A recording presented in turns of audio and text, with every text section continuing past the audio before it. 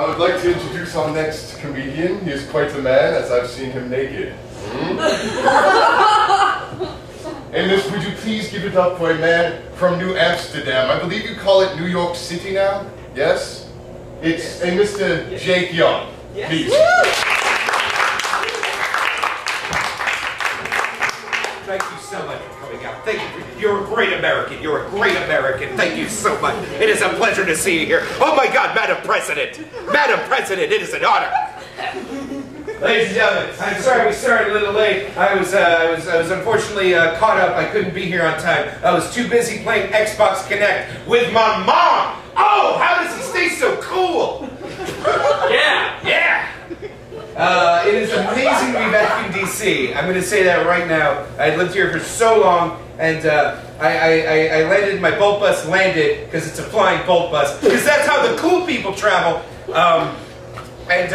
Union Station has gotten so much nicer in the past few years. Like, now there's like Belgian chocolatiers and artisanal bakers and fancy clothiers, and it is an amazing array of like high-classness. But the food court has remained a den of horrors. Have you realized this?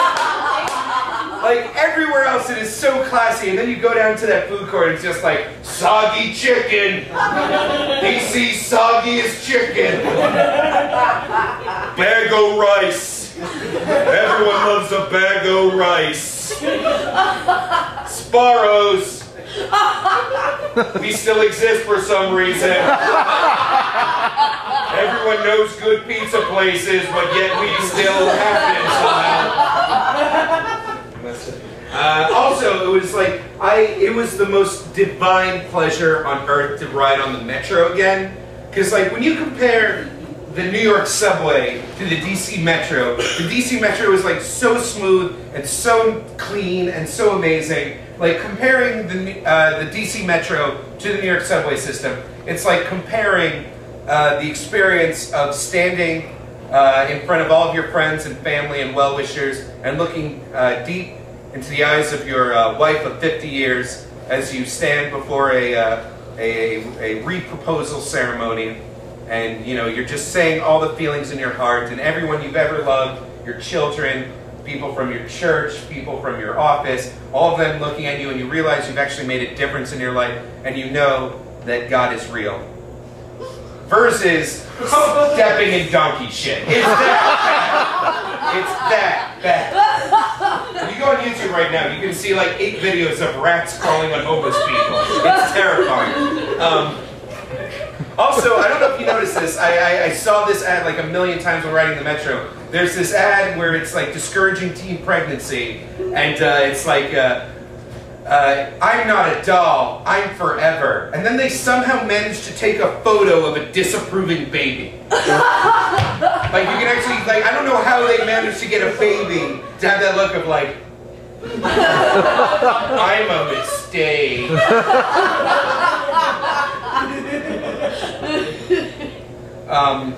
I actually, did anyone else get like totally screwed over by the blizzard this past like few weeks? Because I have a story. I was the only one left in my apartment while everyone else was out of town and just, they couldn't get back because of all the delays and everything. And my roommate called me and said, listen, this is very important.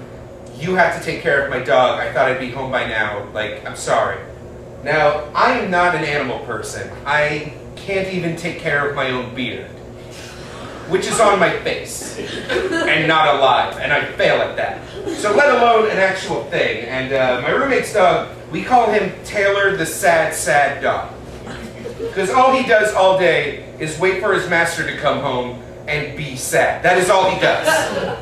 And I tried to take him for a walk, and within the first 5 seconds, like the first, like, oh well, time to go for a walk, boy. The second the door clicked shut, I realized we locked us both out, and I didn't have my cell phone on me.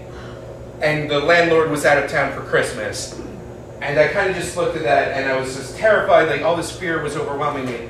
And I tried the credit card trick, you know, where you try and like wiggle the latch open with a credit card. And it worked within 30 seconds. Which is an odd juxtaposition of victory and the realization you've never been safe once in your entire life.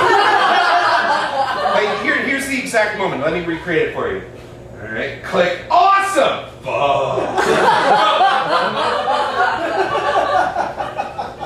And so, having gotten back inside, I just was so thankful. And I microwave a plate of leftovers from a Christmas party, and it's all this amazing food that was hand cooked by all my friends, and I was just so happy to be eating it. And the dog gives me this look like, "What the fuck, bro? You're just gonna eat all this delicious human food and not throw me anything? What the fuck?" And I was like, all right. I don't know a lot about dogs, but I do know one thing. They love bones. So I throw him a turkey bone from a drumstick. And instead of gnawing on it like a dog does, he just crunches right into it, and within 6 bites, eats the whole thing. And I look at that and I'm like, huh, I don't think that's how that works. So I go to my computer and I enter the phrase, "fed dog cooked turkey bone." And Google gave me the result of, "Did you mean I just murdered a dog?" And I kept reading all the results, and it's like the bones will form splinters, which will eviscerate its insides, causing the most horrific, painful death. It's only released the moments where it just poops blood before it dies. Or it's fine. Like, those are the 2 options. Flipping the fuck out. Like, I'm just like, "Hush it, baby, don't say a word. I'm good about you." I just didn't know what the fuck to do.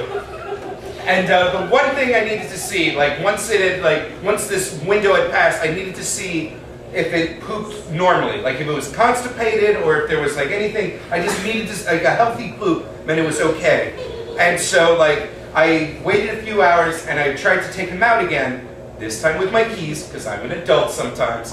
And the blizzard was in full swing. It was just a tempest of horrible, flailing hail, snow monstrosities. And the thing I remembered about this dog was, this was its first winter in New York. My roommate, she had this dog in Florida for its entire life. And so this dog has never seen snow before, let alone a maelstrom. And so it is terrified. I am like dragging at the leash on my suit, being like, "Come on, boy, enter the hellscape, come on!" And it won't fucking go outside. So after all this struggle and worry, just this whole day stuck inside with this potential victim of my horribleness, I just give up and go to sleep. And the next morning, on my living room floor, there is a healthy, non-descriptive mountain of dog shit.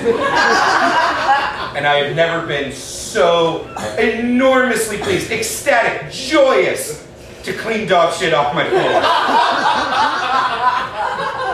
So I don't know, how was your guys' winter?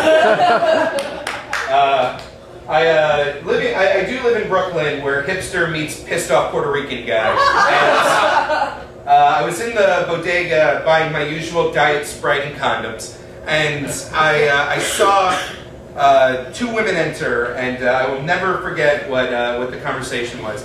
One woman said to the other, "Girl, you still buying them Red Bulls? That baby's coming out heights." Oh! Now, what I like about this scenario is that in this woman's universe, stimulant abuse does not result in premature birth or any sort of complications. Instead, it makes your baby a party animal. I just imagine this baby bursting forth from the womb wearing sunglasses and surfing, just being like, "Cowabunga!" For those of you keeping track, that is the second time in my act in which I pretended to be a baby for a cheap laugh.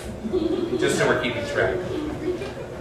Guys, this might not be appropriate to say, but I believe that comedy is about truth and honesty and shaking up the status quo. And I'm just going to say this outright. I believe that the US government planted shaped nanothermite charges in the basement of World Trade Center Tower 7 for the explicit purpose of making my roommate one of the most annoying people on earth. Who benefits? That's what you got to ask yourself. Who benefits? It all makes sense. I'm kind of, I guess I should share this with you guys. Like, I'm just a big fat dork, and I'm kind of ashamed all the time about everything.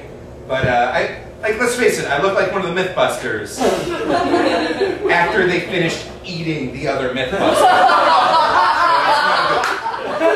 not a good look. Not a good look. And I tried to make one technological leap, and that is I made the jump from bar soap to body wash in my routine. And one thing I didn't realize is that bar soap in the good old days was super like gender neutral. Everyone could use the same kind of soap. You, sir, in your family bathroom when you were growing up, what was the soap that everyone used, man, woman, young or old? Dove.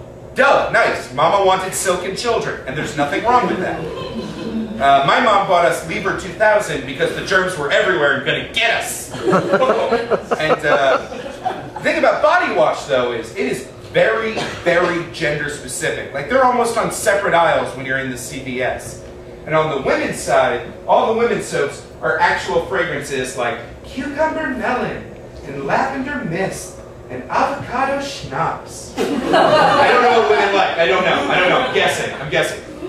But on the men's side, all the men's soaps are weird nonsense phrases like Arctic Rage! Forest Rush! Like, it's fucking, what does that mean? That doesn't mean anything. I'm just smelling bottles in the middle of a Dwayne Reed being like, oh my god, that is a pissed off mountain. How did they do that? And the best part is that there's now these, like, now Axe got into the fray, and then all the Axe knockoffs got into the fray. So now there's a million soaps with names like Blade, Punch, Fuck Chicks, the soap. Like, it's bullshit. And there's one brand, you can find this right now, I swear to God, where all the soaps for men are named after venomous creatures like Viper and Cobra, and my favorite, Scorpion. Who doesn't want to smell like a scorpion, bros? It's pretty sweet. It's the most hygienic of the arachnid subphylum. True nerds will laugh at the fact that I use the word subphylum. Oh yeah. True nerds will correct me after the show because I used the wrong word. Arachnid is clearly a genus, you Philistine. Truer nerds will point out that I don't even know if that's the right word. If I was actually wearing a soap that like smelled like scorpions, like a date would not go well. Like the entire experience would just be like, hey Jake, you're really nice and all, but when I'm around you, I really want to tuck my pants into my socks. No, I'm paying for cozy s'mores. That's how I treat my ladies.